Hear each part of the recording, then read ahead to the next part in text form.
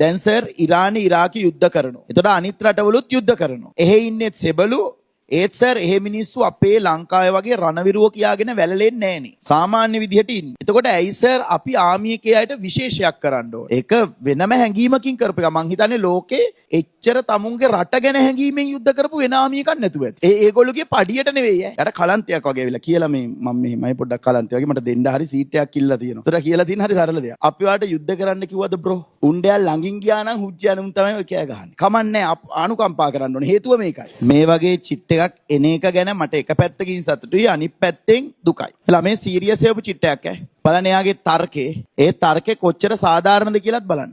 කොච්චර අසාධාරණද කියලාත් බලන්න. හැබැයි මේ සිද්ධි වෙනකොට රටේ සිහියක් ඇතුව නොහිටපු ඕගොල්ලෝ මෙහෙම අහලා හරි දැනගන්නව නම් සතුටුයි. සර් මේක සීරියස්. මම දන්නේ නැති නිසා අහන්න. දැන් සර් ඉරානි ඉරාකි යුද්ධ කරනවා. එතකොට අනිත් රටවලුත් යුද්ධ කරනවා. එහෙ ඉන්නේ සෙබළු ඒත් සර් එහෙ මිනිස්සු අපේ ලංකාවේ වගේ රණවිරුව කියාගෙන වැළලෙන්නේ නැහනේ. සාමාන්‍ය විදිහට ඉන්නේ. එතකොට ඇයි සර් අපි ආමි එකේ අයට විශේෂයක් කරන්න ඕනේ? මේක මට හිතුණු දෙයක් විතරයි. පොඩ්ඩක් ඉන්නකෝ. දැන් ඕක කියපු ගමන් මල පනිනවා. සාධාරණයි. මටත් මල පනිනවා. හරිද? හැබැයි අලුතෙන් ඉපදෙන පරම්පරාව සිරාවටම වෙච්ච දේ දන්නේ නැත්නම් එයාලට මේක ප්‍රශ්නයක්. දරුවනේ අපේ රටේ යුද්ධ කරේ මේ ඔයාලා මම දනුවත් දෙය කියන්නද? ඉස්සර මේ රටේ මෙහෙම සිටුේෂන් එකක් නැහැ. කියන්නේ මෙහෙම පන්ති තියන්න බෑ. අපි ඒ ලෙවල් කරන කාලේ අනිවාර්යයෙන්ම රහස් පොලිසිය දෙතුන් දෙනෙක් පන්තියේ චෙක් කරලා දාන්න. එක සැරයක් මට හොඳට මතකයි ශ්‍රීනාත් සර්ගේ කෙමිස්ට්‍රි පන්තියේ ගුරුකුලේ තියෙනකොට එක සැරේට ඔක්කොම ළමයි නැගිට්ටෙව්වා යවුවා පටපට ගාලා. බෝම්බයක් තියෙන්න පුළුවන්. ඉස්සර අම්මයි තාත්තයි වැඩට යනකොට අම්මා එක බස් එකක යන්නේ තාත්තා තව බස් එකක යන්නේ. හේතුව දෙකෙන් එකක බෝම්බයක් තියෙන්න පුළුවන්. තිබිලා පිපුරුවොත් දරුවට අම්මයි තාත්තයි දෙන්නම නැහැ. එහෙම සිටුේෂන් එක තිබ්බ රටක් මේක. අනිත් එක ඔයාලා හිතන්නේ මේ සාමාන්‍ය විදිහට යුද්ධ කරනවා ඒක වෙනයි ඈ. අපේ රටේ යුද්ධෙට ඉන්දියාවෙන් මෙහෙම ඇත්ත කතා කරොත් ඉන්දියාවෙන් සපෝට් කරේ අනිත් පැත්තට. අපි ඇත්තටම ඉන්දියාවත් එක්කත් යුද්ධ කරලා තියෙන්නේ ඈ යුද්ධය ASCII. මම දේශපාලනය දන්නේ රටේ ඉන්න තරුණයෝ බර සෙට් එකක් මැරිලා තියෙනවා. ඒ කියන්නේ මේ සරල ඒවා නෙවෙයි. දැන් ඔයගොල්ලෝ දැකලා තියෙන්නේ දැන් වැඩිපුරම යුද්ධ කරද්දී යන්නේ මොනවද? වැඩිපුරම යන්නේ යන්ත්‍ර සූත්‍රයි ඩ්‍රෝන් අයිනේ. ඩ්‍රෝන් වැඩිපුර යන්නේ. ඉස්සර ඔය ඩ්‍රෝන් එක වගේ ගියේ සාමාන්‍ය කොල්ලෝ ටික. උන් තමයි සමහරලාට ඔය එකක තිබ්බ මේ ඒක සිරා කතාව. ඒකේ මේ එයාලා එක මේ මොකක් හරි බැම්මක් තියනවා කඩන්න ඕන. බැම්මක් කියන්නේ ඒගොල්ලෝ ගහගෙන යනවා. එතන කඩන්න තියෙන එකම ක්‍රමය තමයි බෝම්බයක් අරන් පැනලා පුපුරව ගන්න. හරිද? බෝම්බයක් අරන් ඔය එන ෂූට් එක නවත්ත ගන්න නම් කරන්න තියෙන බෝම්බයක් අරන් පුපුරගෙන මැරෙන එක. ඔයාලා හිතන්නකෝ ඕගොල්ලන්ට ඒ වගේ සිටුේෂන් එකක් ආවා කියලා. ඉදිරිපත් වෙන්නේ කවුද? ඒ වෙලාවේ බර සෙට් එකක් ඉදිරිපත් වෙලා තියෙනවා. ඔය නීරෝ කියන්නේ පට්ට ස්නයිපර් කෙනෙන්නේ.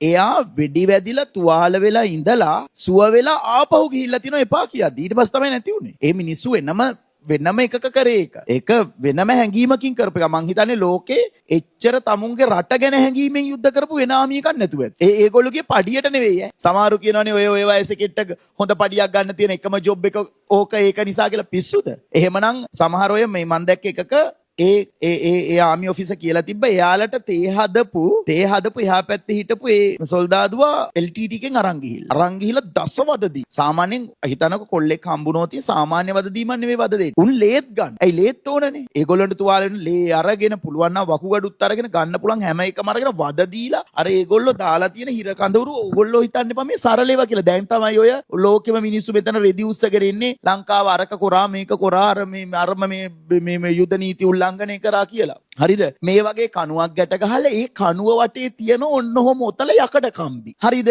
ඒ යකඩ කම්බි මැද්දට තමයි මිනිහා බස්සලා තියෙන්නේ ඔහොම. නිදා ගන්න මොකුත් බෑ. ඔහොම ඉන්න ඕන. පොඩ්ඩක් හරි එහෙම වුණොත් මේ වැනෙනවා. එහෙමයි තිබ්බේ. එහෙම රටක යුද්ධයක් මේ කරේ. ඕගොල්ලෝ හිතන්න එපා මේ ඉරානි ඒවයි වැඩිපුරම එන්නේ මිසයිලයි ඩ්‍රෝන් එන්නේ. ඉරාන් මේ ඊශ්‍රායලට එන්නෙම ඩ්‍රෝන් නේ. එකෙක් ඇවිල්ලා ගහලා යනවද නේ? ඩ්‍රෝන් එන්නේ. ඩ්‍රෝන්මයි එන්නේ. කනිකර මැෂිනරි යුද්ධයන්නේ මේ ලෝකේ දැන් වෙන්නේ. ඉස්සර එහෙම නේ කෙලින්ම මස්. අර වැදිලා තියෙන පාරවල් සමහරු කියන්නේ මෙතනින් වැදුලා කඩාගෙන මෙහින් ගියා. අර මම දැක්ක මේ ආමිකේ කොල්ලෙක් මාර විදිහට ඒ කියන්නේ ඌ දුක ඉල්ලන්න කියන එක නේ සිරා කතාව ඌ කියන්නේ. ඒ විතරක් නෙවෙයි ඒ කාලේ දෙමව්පියොත් දුක් විඳලා තියෙනවා. ඔය කොල්ලා කියනවා මෙතනින් වැදිච්ච එකක් මෙහෙන් කඩාගෙන ගියාය මස් නිකන් ඔළුව එළියට ඇවිල්ලා යා ගෙනිච්චගෙන ආවේ. මේ ඔක්කොම මේ ඇහැ අරින්න බෑ. ඒ ඔක්කොම පෙන්නනවා. ඇහැ අරින්න බෑ. ඇහැට ඔපරේෂන් මෙච්චර කරලා තිනවා, කටට මෙච්චර කරලා තිනවා. එයා කියනවා තාත්තලු මේ තාත්තා එතකොට ගෙන්නවල යාට එතෙන්ට. මොකද තාත්තා එතකොට සාත්තු සේවය වැඩ කරපු කෙනෙල්ලු. තාත්තව ගෙන්නලා හරි වෙලාවටලු බෙහෙත් දෙන්න ඕන. කොහොම හරි තාත්තගේ ඔර්ලෝසුව ගලවද්දි මේ ඔක්කොම ඉවර වෙලා අවුරුදු ගානකට පස්සේ ඔර්ලෝසුවේ පාර තියනවලු හිටලා. ඒ ඔර්ලෝසුව තාත්තා ගලවලම නැහැ. ඒ පුතාට වෙලාවට බෙහෙත හරියට විනාඩි ගානට බෙහෙත දෙන්න. ඔය සමහරව 12 man platoon එහෙම 12 man ද 8 man ද මන් ටීම් ඒවා දාන්නේ ආයේ දැම්මොත් දැම්මා ඒ මිෂන් එක කම්ප්ලීට් කරන් එන්නේ.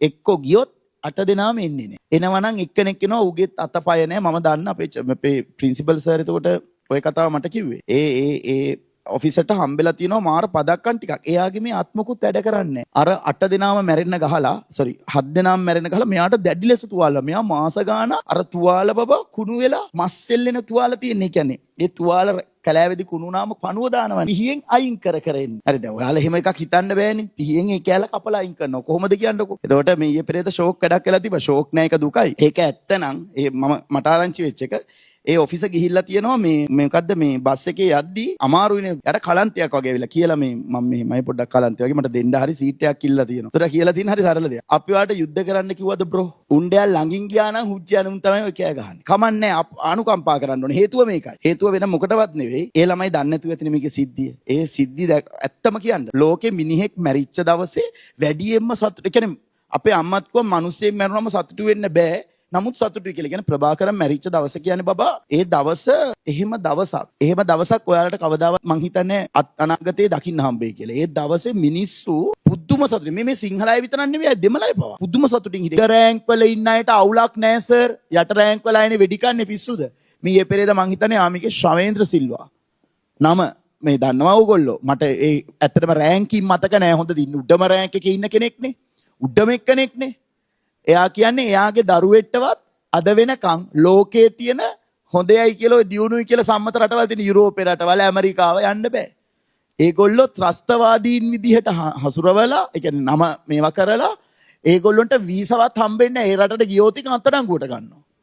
ඒ වගේ අත්අඩංගුවට ගන්නවා. හරි මොකක් හරි ඒ රටින් පිටුවහල් කරනවා. හරි මොකක් හරි කරනවා. ඒ කියන්නේ තාම එදා ගහපු ගේම් වල අදටත් ඒ ගහපු ගේම් වල ඒගොල්ලෝ විඳවනවා.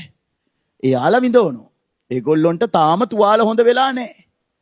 එයාලගේ තුවාල තාම හොඳ නැහැ. හරිද? එයාලගේ විතරක් නෙවෙයි. ඒගොල්ලෝ ගහපු ඒ රට බේරලා දීපු හින්දා ඒගොල්ලෝගේ දරුවන්ටවත් අද වෙන රටකටවත් යන්න බෑ. හිමත් තියෙනවා.